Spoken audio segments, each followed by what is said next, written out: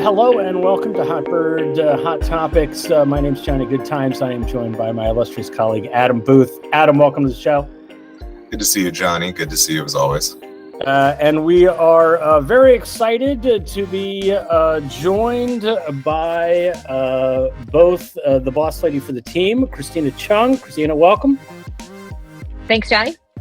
And by Alexia Walker, the Senior Director of Marketing and Partnerships for the AUDL. Hello, Alexia. Hi. Thanks for having me. So you all did the AII Women's survey, and there's a lot of interesting takeaways from that.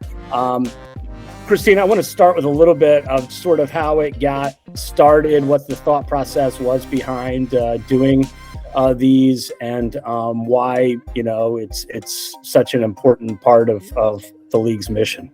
The emphasis, I guess, in the 2022 season that like the other big sports leagues started having on just women in general within the front offices and on the business side of the organization. And I think we talked about it a lot on our league level about how like we had a lot of women in ownership, and I had intentionally constructed the medical staff of the league to include a lot of women at the helm of the medical teams, because I know that the pecking order is such that a lot of men have kind of commandeered these slots, and they really don't give them up until they retire, right? So that's a really long time to be waiting for things. And I just thought about it for a while. And then the championship weekend was coming up, and I realized that Sarah Nolik was the head coach of the Chicago Union, who made it to championship weekend. And that's kind of like, we never even heard about her. Like I was like, at that point, Alexia hadn't joined the league yet. And I was like kind of the only female in quote unquote executive leadership. But I was like, it's so strange that like, I know them like the bigger names for the women who are involved in the coaching staffs and all these things. But I literally had no idea that this team that was going to championship weekend had a female coach.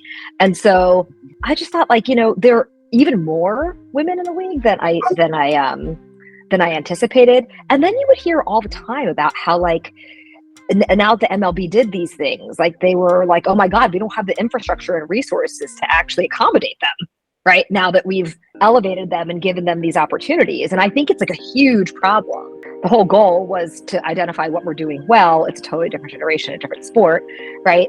Where we still lack, like what women feel as though they need to feel supported and within a community and have a voice in helping build a structure or a business or a sports business that actually is friendly to them and allows them and gives them like the infrastructure to succeed and move on.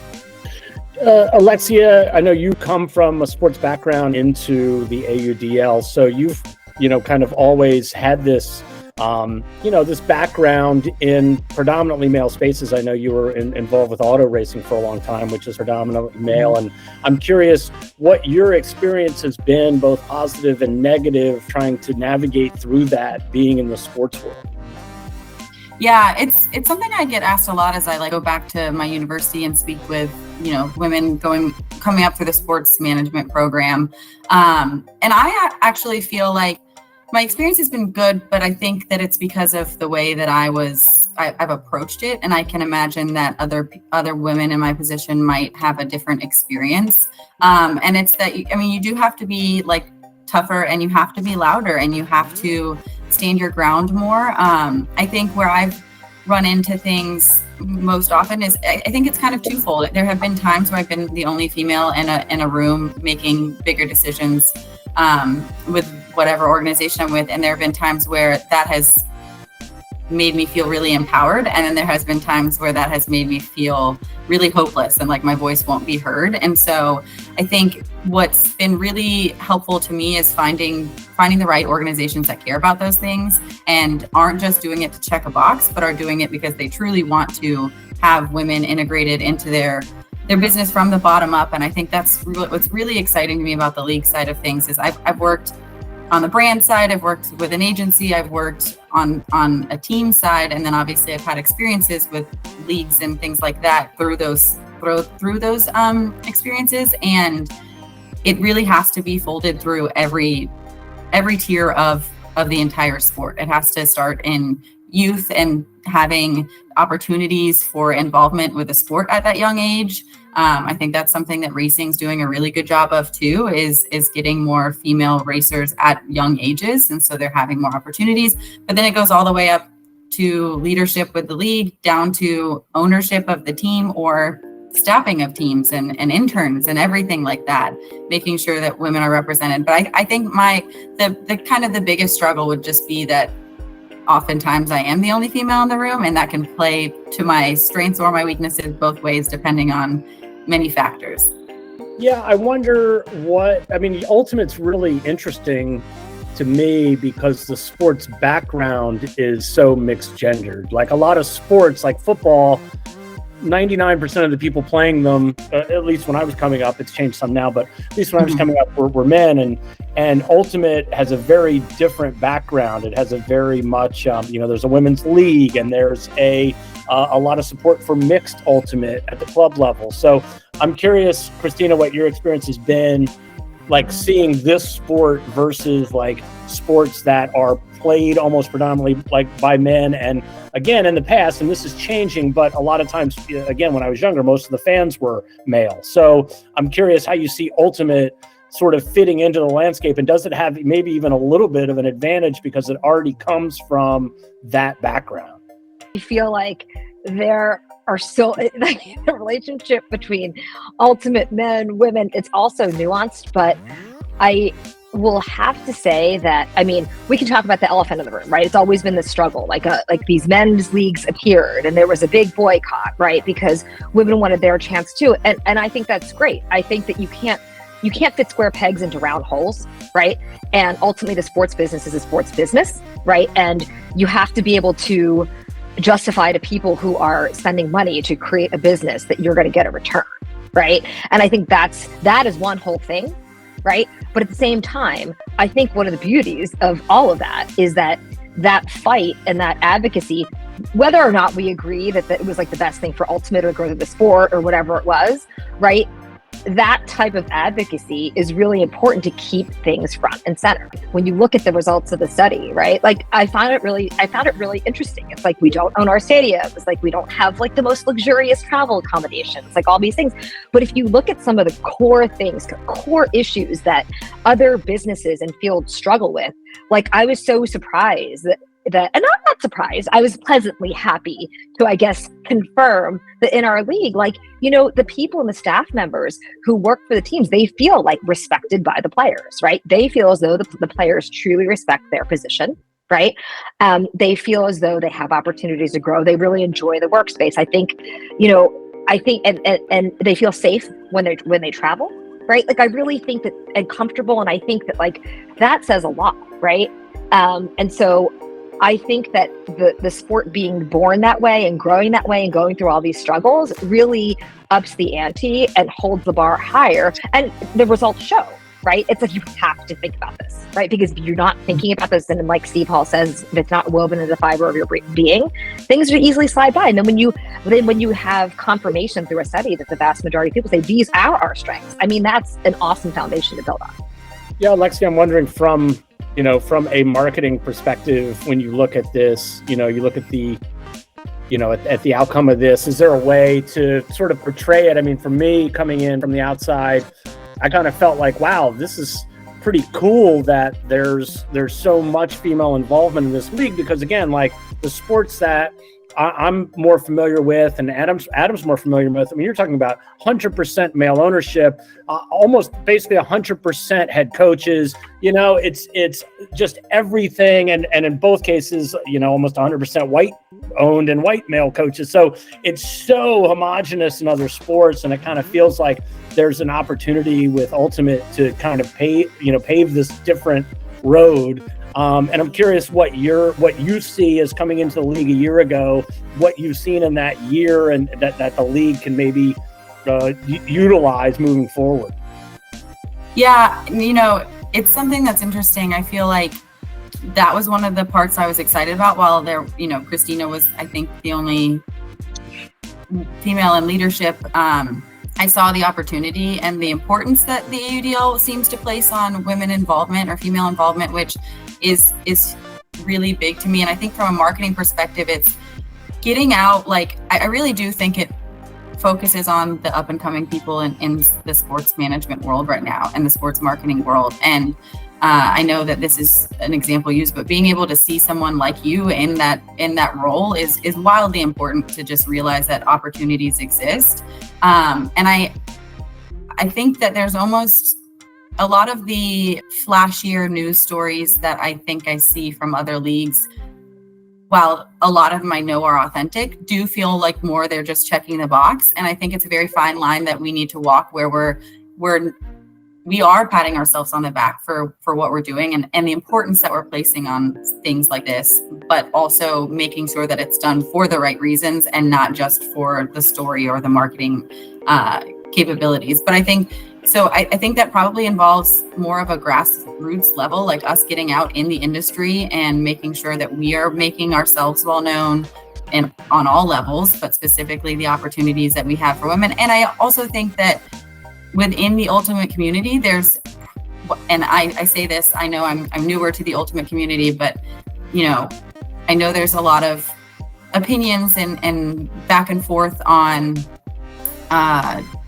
the sport of ultimate and the league and our positioning, but it only helps our fellow female leagues for us to do well and help bring them up with us, and vice versa, for them to have successes and help us ride those coattails. So I think there's a lot of opportunity for joint marketing efforts between the females just in the ultimate community, not necessarily associated even with another league or with the AUDL in general, but just making sure those opportunities are known. Yeah, I think that's awesome. The idea of this has to be the actual culture, not just the press release that we send out. Mm-hmm, absolutely. Yeah. Adam, what do you got there? Well, I mean, as a strong female myself, no, the thing about it is what you spoke about really spoke to me as an African American in this field. Most of my background is in what a lot of people would consider non-traditional African American sports. I played hockey, I played tennis, soccer on a global scale is a lot more colored, but in the United States, not so much. So for me, it's always exactly what you said. You see it in the NFL with the Rooney Rule. Are you checking a box, or is this authentically what you're trying to do? Because there's a fine line between both of those things. I do believe that in a world, especially in a country like the United States, in leagues where we're not, trying to touch just one demographic, we're trying to reach a lot of them, to have most of those demographics represented in the room, whether it be race, whether it be orientation, whether it be gender, that's incredibly important. And now more than ever, I think when we are able to pioneer and be at the forefront of a lot of these industries, like when I tell people, Christina is the only female sports owner in Philadelphia. A city that is obsessed with sports has one predominant female sports owner. So it's like that's an crazy, incredible thought on its face. And then you have people like the Philadelphia Surge who are like, okay, now we're adding more ownership, and now we're adding more people into the fray, and now we have an actual women's professional team in Philadelphia, and it's like that helps the entire culture as a whole. So I think it's really important that we find the lines between saying, hey, we need women in the room because it makes us look good, and saying, hey, we need women in the room because we need women in the room, Mm-hmm. Absolutely. I think too, to kind of play off that, is like standards, is like we going alongside of not just checking the box, but like really truly picking the right candidates for whatever position it is, whether it's a paid position or an owner or intern and things like that, is making sure that, I think by withholding high standards, we put that message forward. Like, we are not just going to accept you because we want to check the box. We have standards. We work towards at a certain level and towards a certain level, and you have to fit that bill regardless of any of those other qualifying factors or factors that we might be prioritizing. And I think that keeps people honest all around. Yeah, and I think that I agree with you, and I think that like we as I think the Phoenix has done a great job, but I think the AUDL has also. But I also think that all these cultures are self-selecting. So it's like, if you have a culture where you are prioritizing those things, you are going to attract qualified people, including very qualified women who want to work for you, right? And who want to be part of this. And so that's why I think it's so important. Like, you can't just wave a flag and like do the tokenizing thing. Like, if it's in the fiber of your being, those people who value that and are qualified, you will find them, right? Because they will come to you, right? Because you just know, right? Because those people just know. Yeah. Looking again at the survey, Christina, I'm wondering what you want to see, moving forward. What do you want to see the league work on? What do you want to see the individual teams work on in the years to come? Yeah, so I think the thing that strikes me the most is because there's like long-term things that we can improve on, and then there's the things that we can kind of address more quickly, right?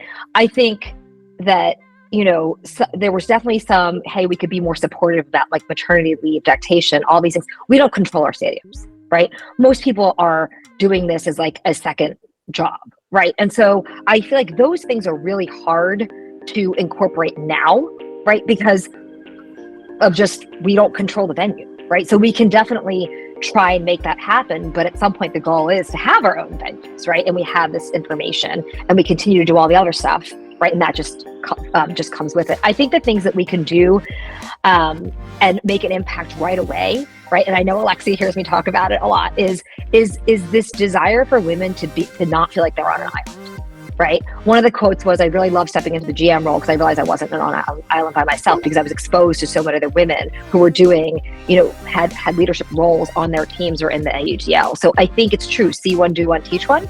And so I really think that like, somehow, and this is like the marketing conundrum that we have, not externally to like press releases, but internally, like how is it that we make the women within the league more visible to those other women to just even have a visual show of support?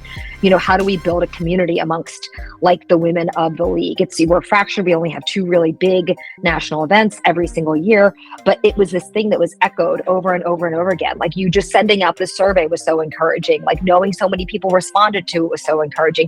Having a happy hour after like the best game of the season that took us like an hour beyond the time frame, and have everyone show up at 11:15 for a women's happy hour. Even that kind of thing, I think that like bonds were formed there, and so I think that figuring out ways to network, figure out ways for more exposure, figuring out ways to build community, figure out ways to provide mentorship opportunities for like the younger staff members. Like, those are all things that like we can definitely work on now. I think the hard part is visibility, right? Because the people that are marketable in the league are the players, right? So we're not going to go out there and like, we're not going to like go put on our Instagram or whatever, like shining spotlights on me or Alexia or Sarah Nolik or Miranda or Kayla. That's like not what's going to be out there all the time. So I think that's one of the struggles, right? How do we create that community? Mm-hmm. Alexia, while we've got you here, I'm really curious in a more general sense of what your first year with the league has been like, and what you've seen that you think that both we need to work on, and what you've seen that really excites you about the future. Yeah, it's a great question. My first season or year with the league was awesome. I think I joined at a really unique time, coming in to see the championship last year, even though I wasn't technically working yet, and then right into owners offsite and hearing or having all those conversations, with the 24 teams across the board. I think the thing I'm most excited about is the passion. Like, there is no shortage of passion for the sport, for the league, for the individual teams and brands and players. I think that's something that gets lost a lot in professional sports. I think sometimes you have to walk the fine line of like, you can't be too close to it. Like, I will never work for the Atlanta Falcons because I can't handle that. But you also, if you remove yourself too far from that, then I think your product suffers, and it shows that. So I think that's been probably the most exciting part, and just the opportunity for growth here. There are so many different trajectories that this league could turn out like, and there's so many important, really exciting ideas and elements and progressions in certain areas that are seemingly endless. Like if you want to sit down and write it all, like it can feel overwhelming, at least from the league staff side of things, but that's a good problem to have. I think the most difficult part is it was one, just me learning the general atmosphere of Ultimate. And, you know, it was a really great opportunity. I got to go see a couple different games in their home stadiums to see the different types of products that we're offering.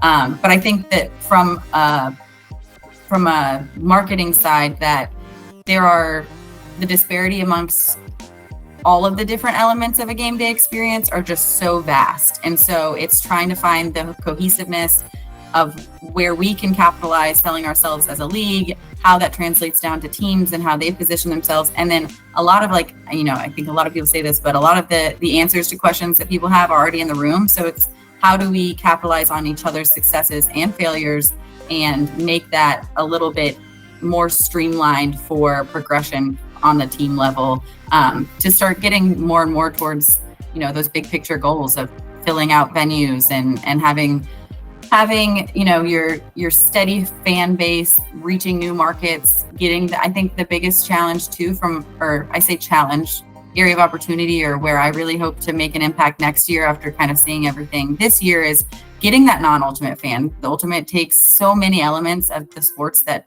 Americans know and love and put it into one. It's fast paced, it's exciting. Like, I watch football and I'm like, I'm not putting on pads and I get tackled once, I'm not getting up again. But like, I see that and I'm like, I know I could not compete to that ability, but I'm like, oh, that's really cool to see something that everyone knows how to throw a disc, but to see it on that level is, I don't know, it's a weird, unique thing. I don't know that I've really seen many sports where I'm like, oh, I can do that, but I don't know that I could ever do it like that. And it's a fun thing to watch. So I think bridging that gap between sports fans and non-Ultimate fans and making them just aware of our league, and that we have a lot of fun elements to it. And there's a lot of stake that people can kind of claim right now, with the, while we're not a new league, just where we're at in our infancy, I would say.